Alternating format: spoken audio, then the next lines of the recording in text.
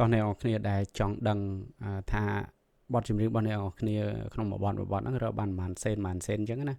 នៅពេលដែល DistroKid របស់យើងបានខ្ទង់3ទៅ4ខែហ្នឹងតន័យវារៀងឡើងខ្ពស់បន្តិចហើយដូចរបស់ខ្ញុំមកមើល status ឬក៏ statistic នេះគឺដូចបងប្អូនបានឃើញអញ្ចឹងនៅក្នុង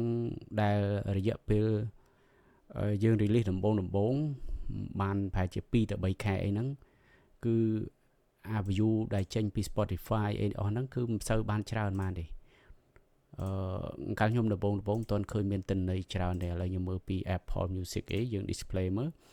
គឺវាបាន 3K អីជាងរយៈពេលហ្នឹងប៉ុន្តែគ្រាន់តែថាវាទើបបានថ្មីហ្នឹងទេនេះឃើញទេទាំងកាលពីមុនមកគឺមិនសូវបានច្រើនទេហើយ Spotify ហ្នឹងក៏ដូចគ្នាដែរគឺវាបានឡើងខ្ពស់បំផុតដល់ 7K ដែរ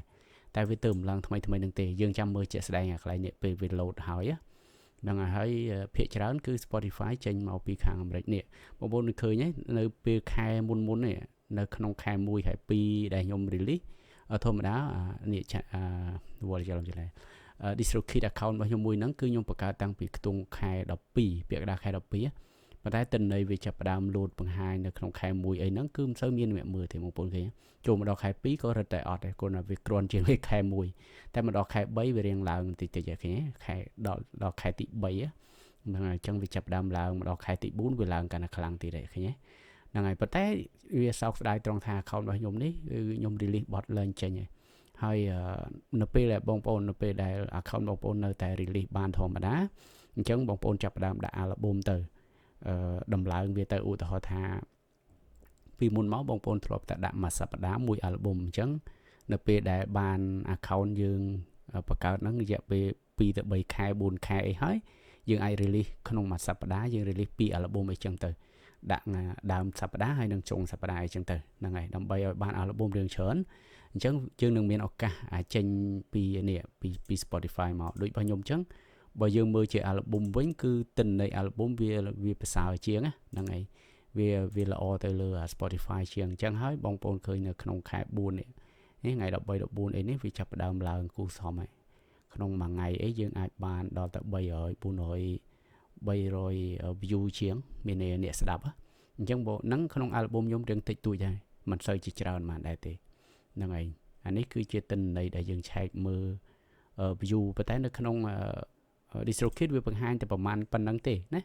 ចំពោះ iTunes នេះវាអត់មានទេទិន្នន័យរបស់ខ្ញុំជាទូទៅរបស់អ្នកនរគ្នាប្រហែលជាអត់ដែរព្រោះ iTunes ហើយ Amazon ហ្នឹងគឺជាគេហៅថា store លក់បទចម្រៀងទេបើទល់តែមានអ្នកទិញទៅយើងទទួលបានចំណូលអញ្ចឹងហើយបាននេះអត់មានអ្នកទិញទេបានយើងសូននឹងប៉ុន្តែបើ Spotify ហើយនឹង Apple Music គឺគេចូលស្ដាប់ហ្នឹងហើយនៅពេលដែលគេមាន account គេចូលស្ដាប់គឺយើងបាន stream នឹងឯងអញ្ចឹង stream ហ្នឹងគេគិតជាចំណូលឲ្យយើងហ្នឹងឥឡូវយើងមកមើលកន្លែងមួយទៀតគឺយើងមកចូលកន្លែង bank នេះដើម្បីយើងមកមើលអា list កន្លែងនេះអញ្ចឹង list កន្លែងនេះគឺយើងអាចឃើញទៅលើតើ artist ណាខ្លះដែលរលុយ artist របស់យើងរលុយប្រមាណអីអានេះឆែកទៅលើ artist របស់យើងហ្នឹងហើយហើយកន្លែងនេះគឺឆែកទៅលើបទចម្រៀងណាខ្លះដែលយើងរលុយអន្មានអញ្ចឹងឥឡូវឧទាហរណ៍នៅក្នុងនេះឃើញបទនេះគេរកអន្មានគេប្រាប់នេះឃើញទេក្នុងមួយបទរកបានប៉ុន្មានសេនអញ្ចឹងគឺវាប្រាប់ហ្មងហ្នឹងហើយដូចបទរបស់ខ្ញុំមួយនេះគឺជាប្រភេទ single ទេបងប្អូនឃើញជាប្រភេទ single ទេអញ្ចឹងក្នុងមួយ single ហ្នឹងគឺយើងអាចរក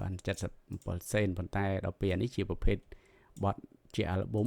តែយើងរកបាន45សេនអញ្ចឹងយើងមើលក្នុងហ្នឹង single អាណា album វាដាក់ album ហើយនេះsong album អញ្ចឹងទៅវាប្រាប់មកប៉ុន្មានសេននៅក្នុងហ្នឹងឃើញទេអញ្ចឹងវាអាហ្នឹងគឺគេ drop down ទៅលើចំណូលដែលយើងរកបានជាមួយនឹងបទចម្រៀងមួយបទគឺយើងចូលកន្លែងហ្នឹងគឺបងប្អូនចូលកន្លែង see breakdown by song ហ្នឹងហើយដល់ពេលអានេះ by service មានន័យថាចំនួនសរុបទាំង breakdown ជាមួយ artist ហើយនឹងជាមួយ song ដូចជាយើងទិញគម្រោងទី2យើងមាន2 artist អញ្ចឹងកាលណា2 artist វាបែងចែកមកវានឹងសរុបឲ្យយើងបែបនេះបើបងប្អូនមានតែមួយក៏មានវាបង្ហាញដូចគ្នាដែរព្រោះថាមានតែ artist តែម្នាក់អ្នកចម្រៀងតែមួយអញ្ចឹងណាអញ្ចឹងនៅក្នុងនេះសរុបរបស់យើងគឺវាមើលតាមនេះជាទូទៅពី Apple មកគេចំណូលធ្លាក់មុនគេគឺអាចឃើញបានគូសំហើយចំណូលចេញពី YouTube មកក៏គូសំហ្នឹងហើយអញ្ចឹងអាហ្នឹង account យើងវាទៅតែ 3-4 ខែអញ្ចឹងវាចំណូលតិចតួចទេប៉ុន្តែនៅពេលដែលកាន់តែយូរកាន់តែទៅកាន់តែយូរទៅហើយចម្រៀងយើងចេះតែកើនទៅអាហ្នឹងយើងចំណូលរបស់យើងក៏កើនតាមនឹងដែរអញ្ចឹងណាបងប្អូនអញ្ចឹងវាអនាគតវែងឆ្ងាយជាមួយនឹងបទចម្រៀងហ្នឹងអញ្ចឹងយើងនៅតែបន្តធ្វើវាទៀតទៅណោះអូខេអញ្ចឹងការបង្ហាញជូនបន្តិចតួចកន្លែងហ្នឹងហើយកន្លែងនេះគឺជាចំណូលដែលយើងអាច withdraw ចេញបាននេះ withdraw យើង withdraw ប៉ុន្មានដងអីនៅក្នុងហ្នឹងខ្ញុំ withdraw បានដំបូងខ្ញុំ withdraw បាន$10ក្រោយមក30ក្រោយមក60ក្រោយមក20អញ្ចឹងហ្នឹងហើយយើង withdraw ទៅតាមលក្ខខណ្ឌមួយហ្នឹងទៅអញ្ចឹងអាហ្នឹងអាស្រ័យទៅលើចំណូលយើងបានឬក៏អត់ទេណាហ្នឹងហើយអញ្ចឹងវីដេអូហ្នឹងសូមបង្ហាញប៉ុណ្ណឹងអរគុណ